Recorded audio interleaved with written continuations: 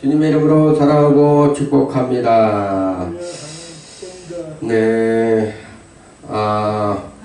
오늘은 지난주에 우리가 갈라디아서 2장 20절을 통해서 우리가 내가라는 것으로 세 번의 내가가 무엇인지를 여러분이 들었습니다. 첫째 내가는 뭐라고 해서 옛사람이 죽고 이제는 새 사람이 되었다는 것이죠.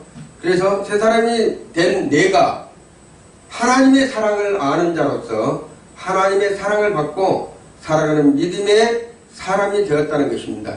그래서 우리는 그 내가, 마지막에 내가, 세 번째 내가는 그리스도와 함께 이제는 영원히 살고 그를 믿는 믿음 안에서 내가 살아가야 된다는 것을 말씀해 드렸어요.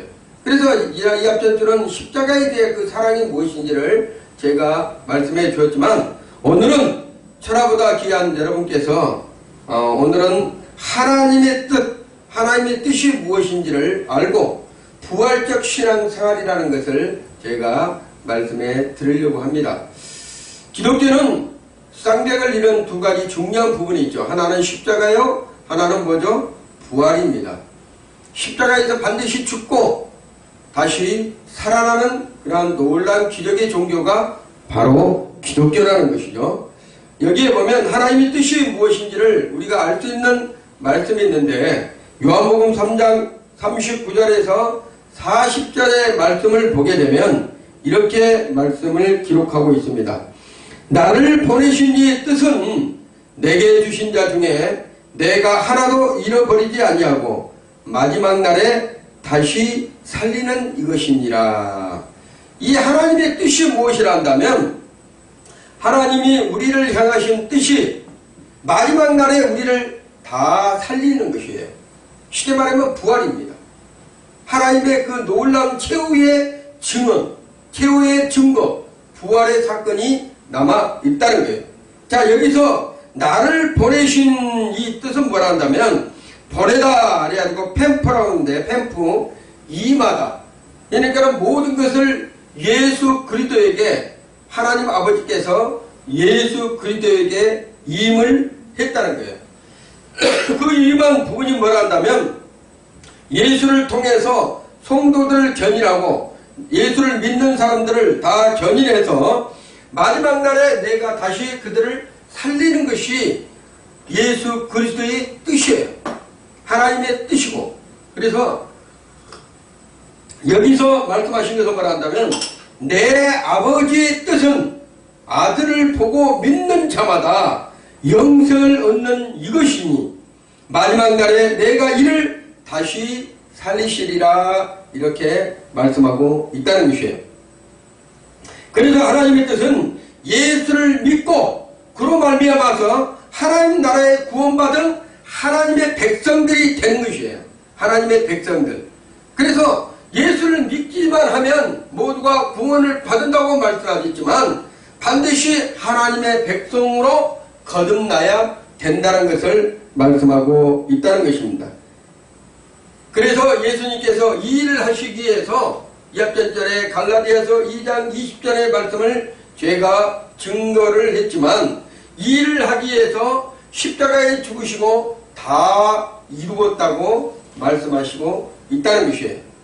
십자가의 죽음이 무엇인가? 예수님의 죽음이 곧 우리의 죽음이기 때문인 것이에요. 예수님의 죽음이 곧 우리의 죽음이다. 기독교의 생명은 죽음으로부터 다시 살아나는 거예요. 기독교의 생명은 죽음으로부터 다시 살아나는 것이다. 그래서 죽지 않고는 결코 다시 사는 삶이 없다는 거예요. 그래서 예수를 믿는 사람들은 반드시 예수 그리스도와 함께 십자가에서 죽어야지만 다시 사는 삶이 살아날 수 있다는 것을 강조하고 있는 것입니다. 그래서 하나님 나라는 거듭남으로 그 나라에 들어갈 수가 있는 것이에요. 다시 태어난다는 것은 십자가의 죽음이 없이는 그 어떠한 것도 다시 태어날 수가 없다는 거예요. 그래서 우리는 반드시 십자가에 죽어서야만이 다시 우리가 태어날 수 있다는 것을 말씀하고 있는 거예요. 과연 내가 십자가에서 죽은 것이 과연 어떠한 것들이 있는가? 나의 욕심, 교만, 자존심, 그 다음에 자아, 이러한 것들을 이제는 십자가의 밑에 완전히 십자가에서 내가 죽고 그럼으로써 예수 그리스도로 말미암아 내가 살아나야 된다는 것을 강조하고 있는 것이에요. 나의 자아가 철저하게 십자가에 못 박혀야지만 예수 그리스도께서 내가 다 이루었다, 이 말씀에 우리가 합한 자가 될 수 있다는 것을 강조하고 있는 것입니다. 이 세상에 우리의 마지막 유언도 예수님께서 다 이루신 것처럼 우리도 다 이루었다, 이렇게 말씀한 것이 중요합니다. 그러기 위해서는 우리가 예수의 십자가, 나의 십자가가 돼야 된다는 사실을 절대로 잊어서는 안 된다는 거예요. 십자가의 죽음을 통과하지 않고서는 부활의 삶, 새 삶을 살 수가 없기 때문이라는 것을 강조하고 있습니다. 그러므로 오늘 본문에서는 부활적인 삶이 무엇인지를 예수님께서 말씀하고 있어요. 첫 번째로 우리가 영육 간의 부활의 은혜를 받아야 된다는 것을 말하고 있습니다. 영육 간의 부활의 은혜를 받아야 된다는 것을 말씀하고 있어요. 오늘 여러분이 함께 본문 말씀을 읽어봤지만 예수님께서 십자가에 죽고 나신 후에 가장 힘든 사람들은 누구였다고 하면 제자들이었어요. 아니, 예수님께서 나름대로 생전에 살아계실 때 엄청난 기적과 이적을 나타내면서 많은 사람들에게 선망이 되어 있었어요. 그래서 제자들은 기대가 한풀 이렇게 부풀어 있었다는 얘기예요. 그런데 갑자기 예수님께서 십자가에서 달려서 죽고 만 거예요. 그래서 이 제자들의 실망감과 좌절감은 이루 말할 수가 없는 거예요. 거기에다 불안감까지 이 제자들이 겹쳐 있다는 거예요.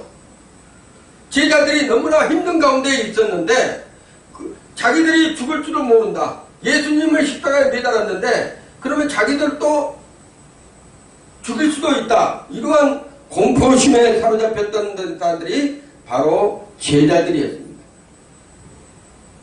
그리고 더욱더 제자들은 영적인 절망 상태에 빠져서 어떻게 했다가 하면 이들이 두려워서 방에 나오지 않고 그냥 마가의 다락방에, 그냥 아니 다락방에서 자기들이 숨어 있어요.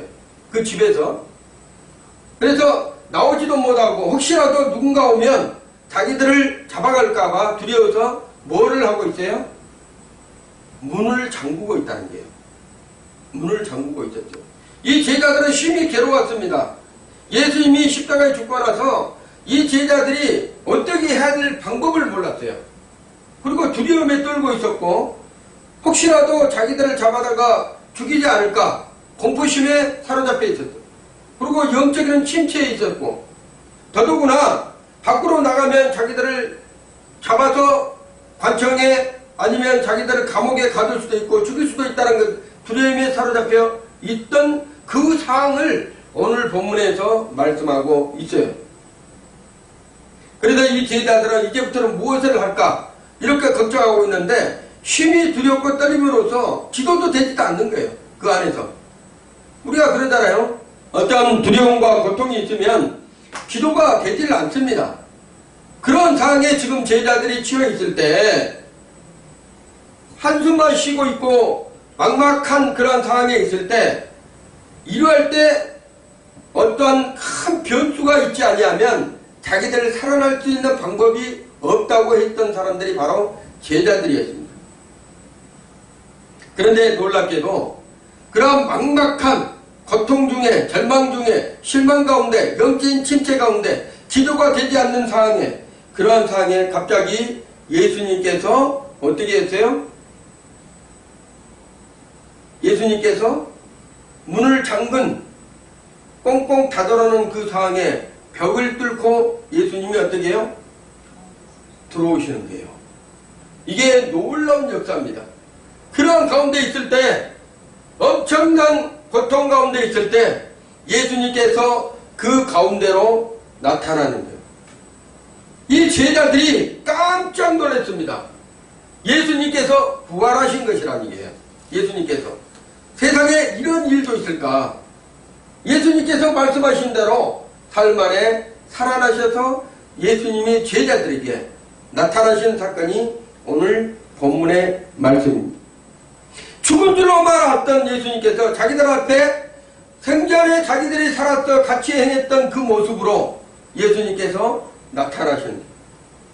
그때 이 제자들은 아마도 자기의 눈을 비비기도 하고 자기 살을 꼬집기도 하면서 의심해 보기도 했을 거란 얘기예요. 성경에는 기록이 되어 있지 않지만 아마 제자들이 깜짝 놀라가지고 눈을 비비기도 하고 자기 사진을 꼬집기도 하고 막 의심해 보기도 했을 거란 얘기예요. 그러나 예수님의 부활은 환상이 아니었다는 거예요. 사실 그대로 예수님께서 부활하셔서 제자들에게 딱 나타나셨어요. 예수님의 제자들이 부활하신 예수님을 보고 너무나 반가운 거예요. 너무나 기쁜 거예요. 사도 바울도 예수님을 십자가에 못 박고 얼마 3일 만에 사도 바울도 다메섹 도상에서 예수 믿는 사람들을 잡아다가 죽이러 가는 도중에 부활하신 예수님을 만나고 완전히 사람이 새 사람이 된 것처럼 이 제자들 또한 엄청난 놀라운 체험을 지금 사건이 대반전이 일어나는 엄청난 놀라운 사건을 맞이하게 됐다는 거예요. 첫 번째로는 이렇게 우리가 영육간에 은혜의 축복을 받은 것처럼 두 번째는 뭐라냐면 주님은 제자들에게 평강을 받으라고 말씀하시고 있다는 거예요. 그 두려움과 그 아픔과 좌절감과 실망감에 빠져있는 제자들에게 찾아오셔서 부활하신 예수님께서 첫째로 하는 말, 예수님이 우리 같았으면 그랬을 거예요. 야 이놈들아, 그런다고 나를 버리고 그렇게 다 도망가느냐, 베드로에게 너는 왜 3번이나 나를 부인하느냐, 이렇게 하실 수도 있지만 예수님께서 부활하셔서 첫 번째로 하는 얘기가 말씀이 뭐라 한다면 이렇게 하는 거예요. 너희에게 평강이 있을지어다. 그 두려움과 고통과 좌절감과 실망감과 영적 침체 가운데 있는 제자들에게 문을 꼭 잠그고 두려워서 떨고 있는 이 제자들에게 예수님께서 찾아오셔서 첫 번째 하는 얘기가 뭐란다면 너희에게 평강이 있을지어다. 엄청난 축복의 말씀이에요. 두려움에 떨고 있는 제자들에게 평과 샬롬이 있을지어다. 이렇게 했을 때는 예수 그리스도께서 주시는 그 평강과 샬롬은 이 세상의 그 어떤 것보다도 중요한 평강의 기쁨이에요. 마음속의 심령의 기쁨, 갇혀있는 마음속의 두려움의 공포에 좌절감과 실망감에 빠져있는 그 마음속에 예수님의 평강이 그 속에 들어가는 것입니다. 지금도 예수님은 두려움과 좌절과 영적 침체에 있는 이 한국교회와 모든 교회들을 위해 지금도 말씀하신 예수님의 그 평강은 지금도 여전히 동일하게 말씀하시고 계시다는. 두려워 말라, 내가 너와 함께함이라. 놀라지 말라, 나는 너의 하나님이 됩니다.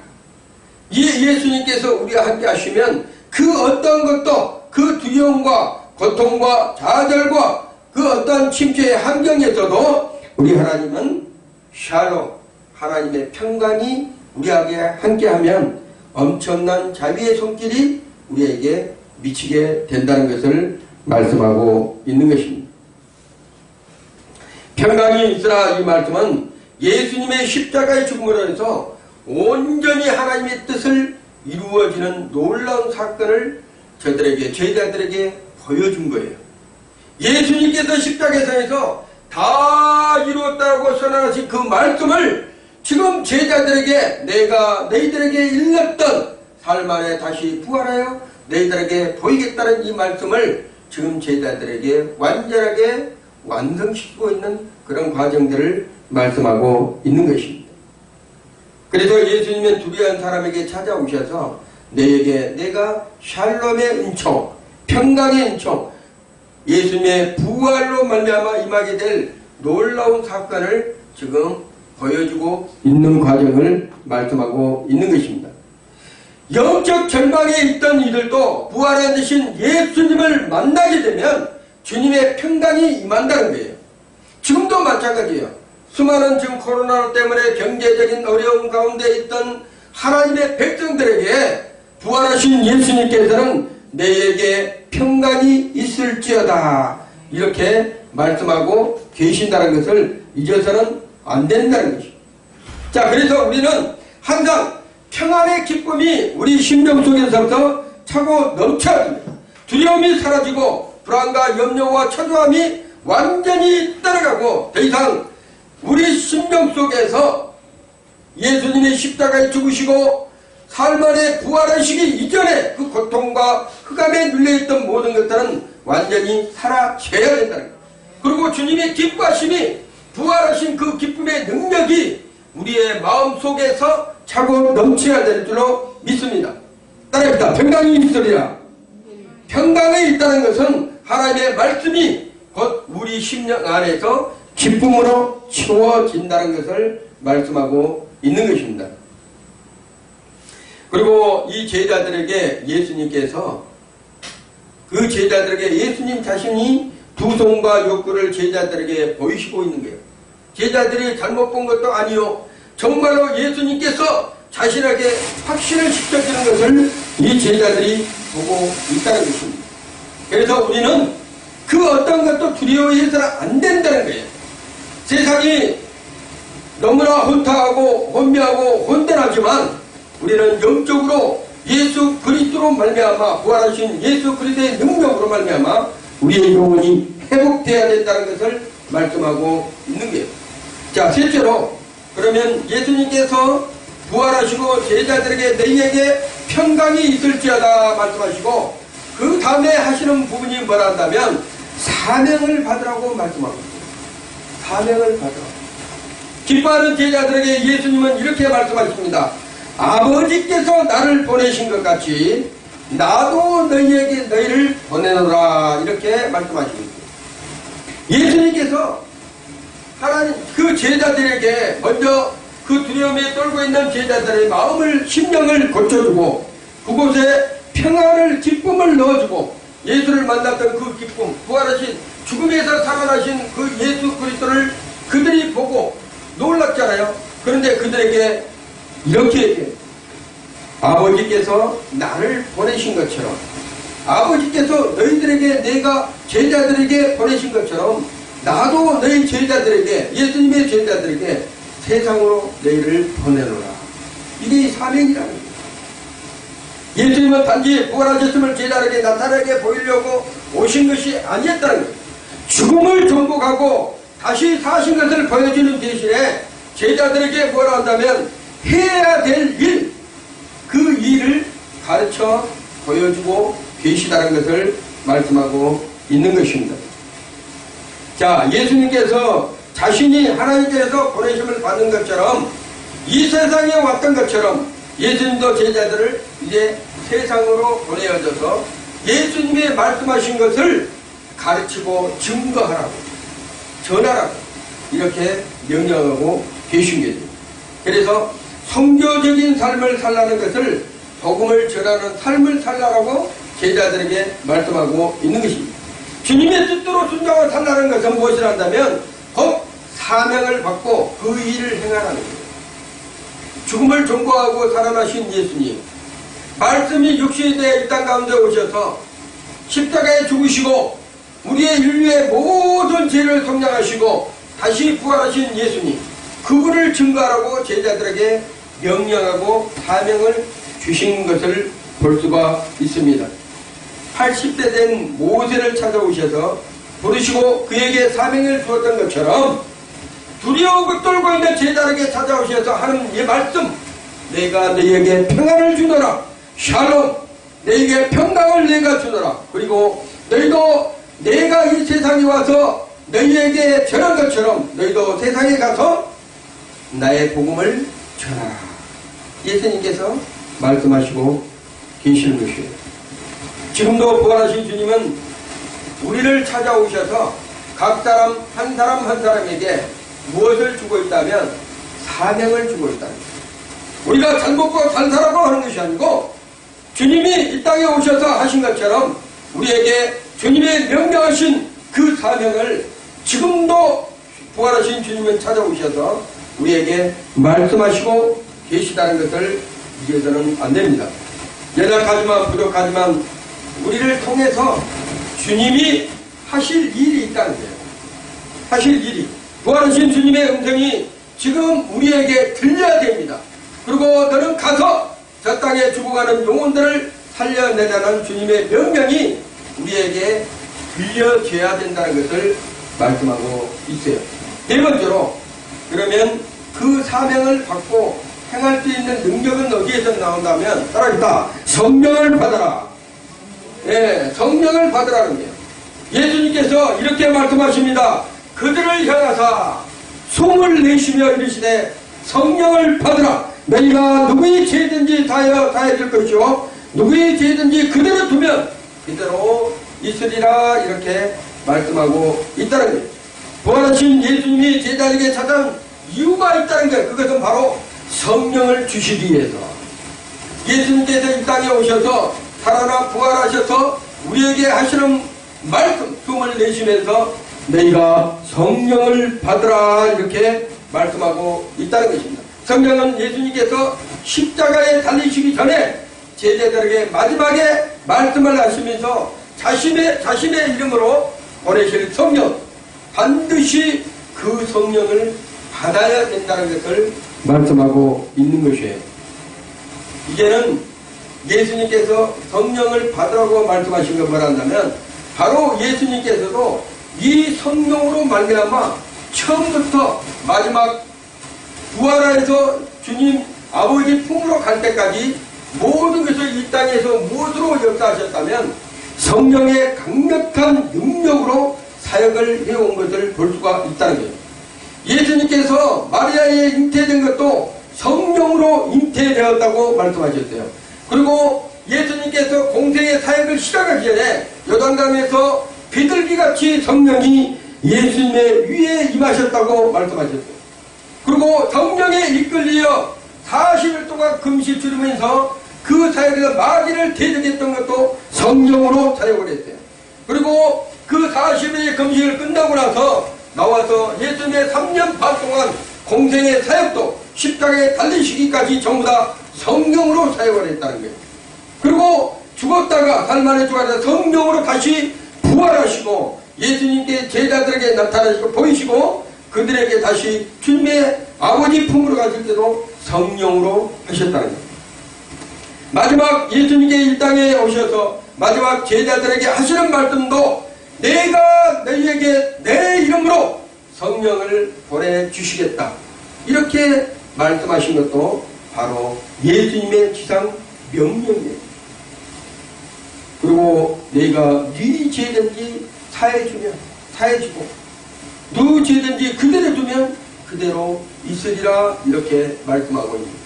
예수님의 명령은 이거는 엄청난 하나님의 말씀입니다. 그래서 우리가 이걸 해야 되나 말아야 되나 이게 아니고 이것은 반드시 우리가 해야 될 일이에요.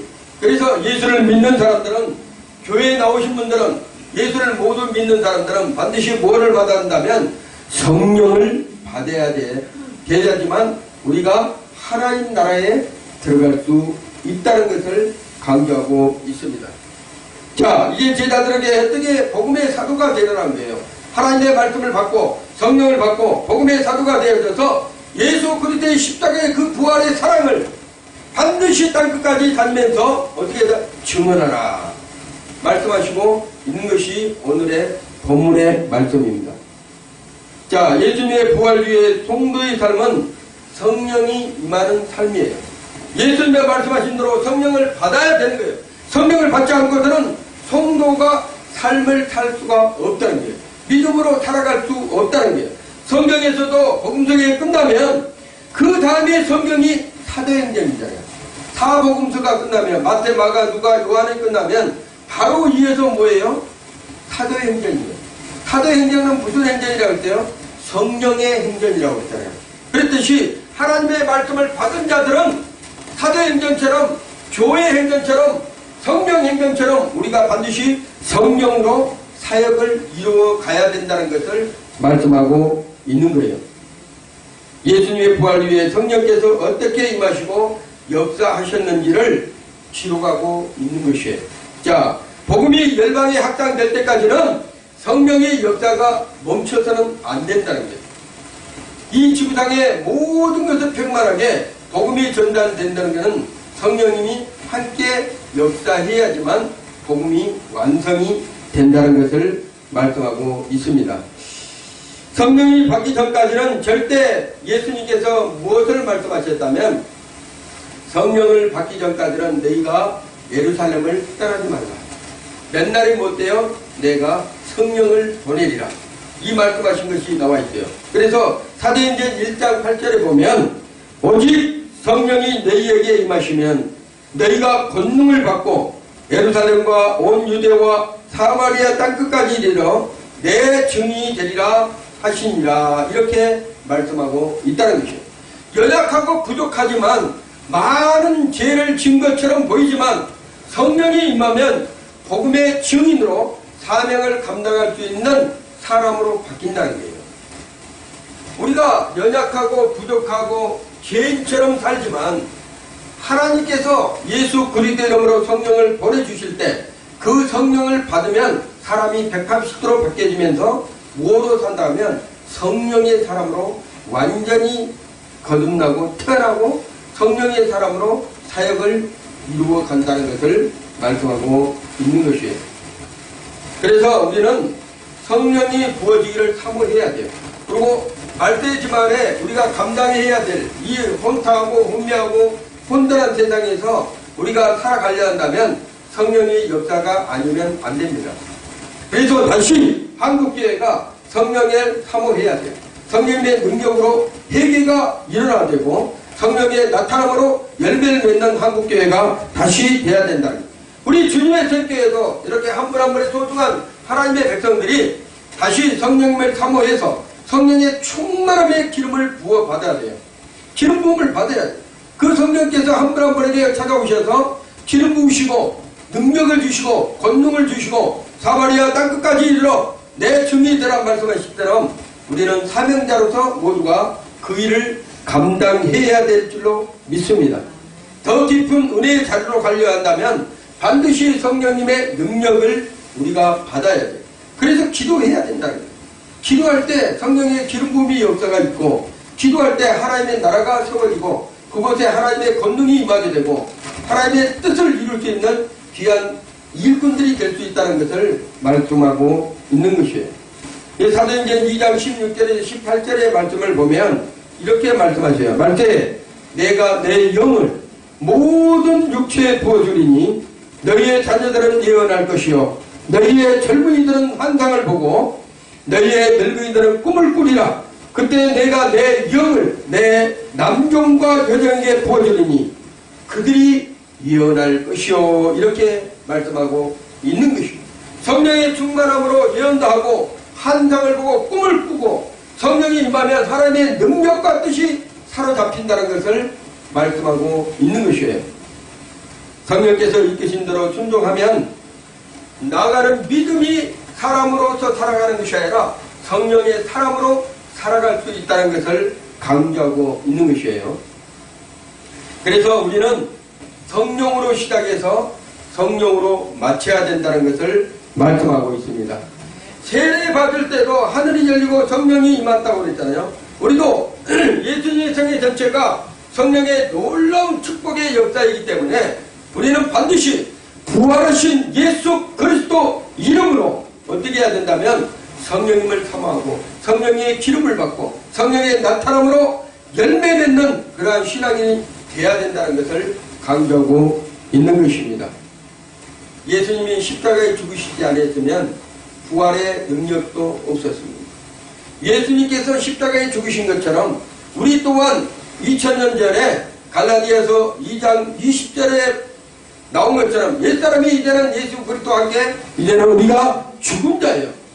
부활하신 예수 그리스도로 말미암아 우리는 다시 삶을 사는 사람들입니다. 그래서 우리는 반드시 예수님처럼 살기 위해서는 성령의 충만함을 받고 기름 부음의 능력이 날마다 여러분의 삶 속에서 나타나야 된다는 거예요. 그래서 우리는 기도해야 되고 말씀 중심대로 행해야 되고 삶의 비전을 꿈을 가지고 하나님 나라를 세우는 영적인 리더자들로 반듯하게 서가야 된다는 것을 말씀하고 있는 것입니다. 그래서 복음의 증인이 되어야 되고 복음의 능력을 우리가 보게 되고 많은 믿지 않는 사람들에게 예수 그리스도가 무엇인지를 저들에게 보여주는 놀라운 역사가 있어야 된다는 것을 강조하고 있는 것입니다. 결론으로 더 깊은 성령의 은혜를 체험하기 위해서는 기도를 해야 된다는 거예요. 그리고 성령님을 갈망해야 된다는 거예요. 그래야지만 그 성령께서 여러분에 찾아오셔서 녹화하는 거예요. 그 성령께서 오셔서 여러분의 한 분 한 분을 믿음을 세워준다는 거예요. 자, 은혜의 말씀을 듣고 싶고 그 말씀대로 행하고 싶은데도 내가 성령이 없으면 육신적인 삶을 살아갈 수밖에 없는 것이 우리의 삶이에요. 그래서 항상 우리는 뭐라 한다면 육신의 정욕대로 살아가는 것이 아니라 성령, 영으로서 우리의 육신의 소욕을 죽이고 성령의 충만함을 기름을 받고 예수 그리스도께서 우리에게 명령하신 지상 명령 그 어떤 것도 굴복당하지 않고 믿음으로 승리하게 되면 반드시 그 안에서 하나님의 나라가 세워지고 그 다음에 여러분의 가정도 세워지고 교회가 성령의 충만한 능력으로서 든든히 서가고 하나님께 칭찬받는 그러한 영적인 교회가 된다는 거예요. 여러분 많은 교회 있지만 그 많은 교회가 육신적인 교회가 되면 안 된다는 것이 소수이고 적지만 그 안에 하나님이 살아계시고 영적으로 살아가다 보면 그 교회는 하나님께 칭찬받는다는 것을 여러분이 잊어서는 안 됩니다. 그래서 우리가 성령의 충만을 받으라 명령했던 예수님의 그 명령을 절대 잊어서는 안 됩니다. 반드시 성령을 우리가 사모해야 되고 그 성령님이 여러분의 마음 가운데 자정하셔서 여러분을 이끌어가는 삶이 돼야지만 성령의 사람이 된다는 것을 말씀하고 있어요. 부활하신 예수님은 사셨습니다. 그 사신 예수님께서 여러분의 마음 가운데 오셔서 성령을 받으라고 녹화하고 있어요. 그 성령의 능력으로 사역을 해야 됩니다. 인간적인 사역이 되지 않으려면 오직 성령의 나타남과 새롭게 하심과 거듭나게 하심과 하나님의 말씀대로 세워지는 능력의 일꾼이 되려 한다면 반드시 우리가 성령의 나타남으로 일을 해야 되는 것입니다. 오늘 여러분이 부활하신 예수 그리스도의 그 이적과 예수 그리스도의 그 삶이 여러분의 삶 속에서 나타나기를 예수 이름으로 축원드립니다. 주님의 성경에는 작고 지금은 연약하게 보일지 모르지만 우리 하나님께서 위대하게 부흥시켜 주시는 대붕의 역사가 이곳에부터 흘러가기를 예수 이름으로 축원드립니다. 각 사람이 어디를 가든지 사명을 감당하며 하나님 나라를 세우는 영적인 리더들로 전 세계 하나님의 귀한 일꾼들로 이렇게 쓰임받는 귀한 하나님의 백성들이 다 되시기를 예수 이름으로 축원을 드립니다. 감사합니다. 기도하겠습니다. 좋으신 아버지 하나님